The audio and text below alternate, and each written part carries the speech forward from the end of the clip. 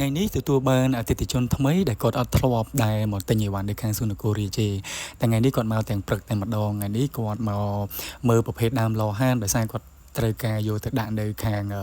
ផ្ទះរបស់គាត់ណាប៉ុន្តែគាត់ត្រូវការដើមធំពេកទេដោយសារតែទីតាំង space ដែលគាត់មានស្រាប់ហ្នឹងវា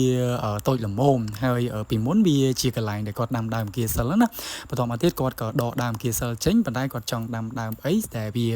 អាចមើលទៅមិនស្មុគស្មាញពេកហើយវាសមរម្យជាមួយនឹងទីតាំងមុខផ្ទះអញ្ចឹងគាត់ក៏ជ្រើសរើសប្រភេទដើមឡហានមីនីប៉ុន្តែដោយសារតែខឿនដែលគាត់ដាំពីមុនហ្នឹងវាទៀបវាធ្វើឲ្យដើមឡហាននេះដាក់ទៅវាអត់សូវស្អាតហើយក៏អត់សូវសមដែរអញ្ចឹងយើងក៏ធ្វើការរៀបចំ